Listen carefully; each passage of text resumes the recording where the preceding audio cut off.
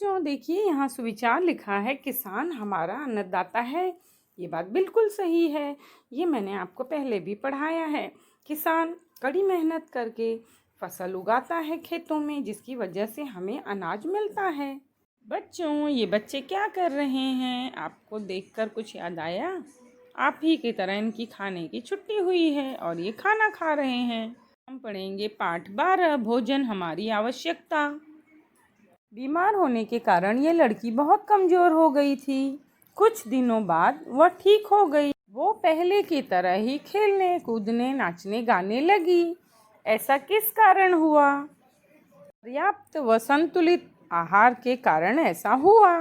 बच्चों, ये सजीवों को जीवित रहने के लिए अति आवश्यक घटक हैं। हवा, पानी और भोजन। इसके बिना सजीव जीवित नहीं रह पाते। हमारे शरीर की सभी क्रियाएं व्यवस्थित रूप से चलती रहने के लिए हमें भोजन की आवश्यकता होती है। तो आपको खेलना बहुत पसंद है ना?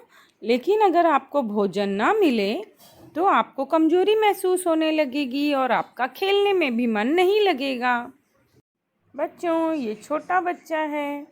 छोटा बच्चा जब पैदा होता है तो बहुत छोटा होता है। अब उसकी लंबाई, चौड़ाई, वजन सब कैसे बढ़ा? आप बता सकते हैं? पर्याप्त भोजन मिलने के कारण। भोजन से हमारे शरीर की वृद्धि होती है। अगर छोटे बच्चे को संतुलित और पर्याप्त भोजन ना मिले तो वो इस तरह कुपोषित हो जाता है, कमज़ोर और बिल्कुल दुबला पतला दिखाई देने लगता है। यदि हमें पर्याप्त भोजन ना मिले तो थकावट आती है, हमारा उत्साह घट जाता है। ऐसे समय पर हमें तेज भूख लगती है और थोड़ा सा खाने पर हमें तुरंत अच्छा लगने लगता है, जैसे इस चित्र में बच्चे को दिखाया गया है। भोजन करने से पहले और भोजन करने के बाद वो आनंदित हो उठा। जब हम अधिक कार्य करते हैं तब हमारा शरीर बहुत थक जाता है और हमें अधिक भूख लगती है। हमारी तरह ही बाकी सभी सजीवों को भी भोजन की आवश्यकता होती है। बच्चों, आप नया शब्द सीखिए। खली। तिल, मूंगफली के दानों, बिनौले जैसे तिलहनी बीजों में से तेल निकालने के बाद बचे हुए फोक को खली कहते हैं। कुछ स्थानों पर इसे सीठी भी कहते हैं।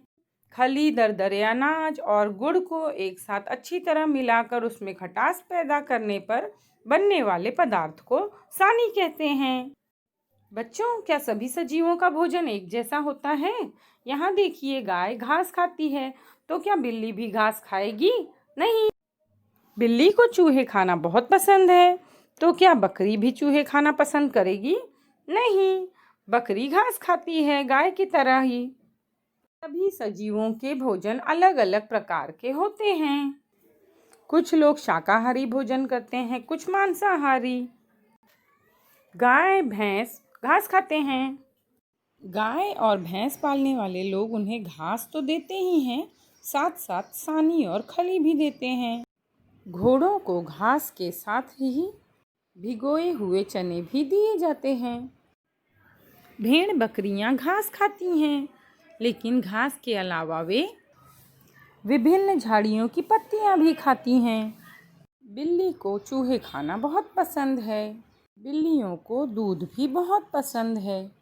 बिल्लियां गौरैया, कबूतर, परेवा जैसे पंछियों को मारकर खा जाती हैं। कुत्तों को हम रोटी या भाकरी देते हैं, परंतु कुत्तों को मांस अधिक पसंद होता है, इसीलिए कुत्ता पालने वाले लोग उन्हें खाने के लिए मांस मछली भी देते हैं।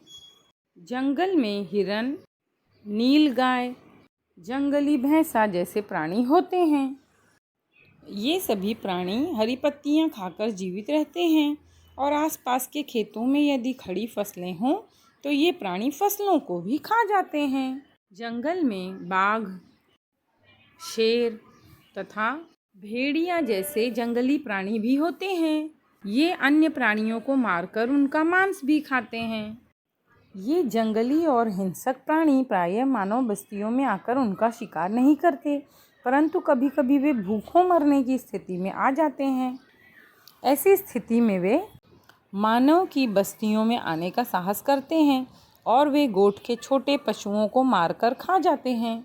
फसलें तैयार होते ही हमें गोफन क्यों चलाना पड़ता है? खड़ी फसलों के बीच हमें बिजूका क्यों खड़ा करना पड़ता है? पक्षियों के भोजन में भी विविधता दिखाई देती है। बहुत से पक्षी अनाज खाते हैं, कुछ पक्षी कीड़े खाते हैं, कुछ पक्षी मांस मछली भी खाते हैं। फसलों के तैयार होने पर उनमें दाने पड़ने लगते हैं और इन दानों को खाने के लिए आसपास के पक्षी आते हैं। उनके द्वारा फसलों की बर्बादी की जाती है। ऐसी बर्बादी से बचने के लिए किसान गोफन चलाता है या फसलों के बीच में बिजूखा खड़ा करता है, जिससे डरकर पंछी वहाँ से भाग जाते हैं और फसलों की बर्बादी नहीं होती। विभिन्न पंछियों के भोजन में भी विविधता पाई जाती है। जैसे चिड़िया दाना खाती है, मुर्गियाँ भी दाना खाती हैं, मुर्गियाँ कीड़े भी खाती हैं, कौवे अन्न पदार्थ भी खाते हैं और मांस भी खाते हैं, तोता फल खाता है। मच्छरों के भी बहुत से प्रकार होते हैं। अधिकांश प्रकार के मच्छर वनस्पतियों के रसों का शोषण करते हैं। केवल कुछ थोड़े ही प्रकार के मच्छर मनुष्य का रक्त चूसते हैं। वनस्पतियों को भी भोजन की आवश्यकता होती है, परंतु भोजन की खोज में वनस्पतियां इधर उधर आ जा नहीं सकती। फिर इन्हें भोजन कहाँ से मिलता है? तो वनस्पतियां अपना भोजन स्वयं तैयार करती हैं। वनस्पतियों की जड़ें जमीन में से पानी अवशोषित करती हैं। इस पानी में जमीन के कुछ पदार्थ भी घुले होते हैं। यह पानी वनस्पतियों की पत्तियों तक पहुंचता है। पत्तियों पर अनेक छोटे छोटे छिद्र अर्थात छेद होते हैं। वे अत्यंत सूक्ष्म होते हैं, इसलिए हमें अपनी आँखों से नहीं दिखते। इन छिद्रों में से हवा पत्तियों के अंदर प्रविष्ट होती है। इस प्रकार पौधों की पत्तियों के अंदर पानी तथा हवा दोनों एकत्र हो जाते हैं। पत्तियों पर सूर्य का प्रकाश पड़ने पर वनस्पतियां हवा तथा पानी द्वारा अपना भोजन तैयार करती हैं। वनस्पतियों का भोजन पत्तियों में ही तैयार होता है। उसके लिए सूर्य के प्रकाश की आवश्यकता होती है। ये आपका आज का स्वाध्याय है। इस तरह की तालिका बनाइए और उसमें उत्तर लिखकर भेजिए। वीडियो देखने के लिए आप सभी का धन्यवाद।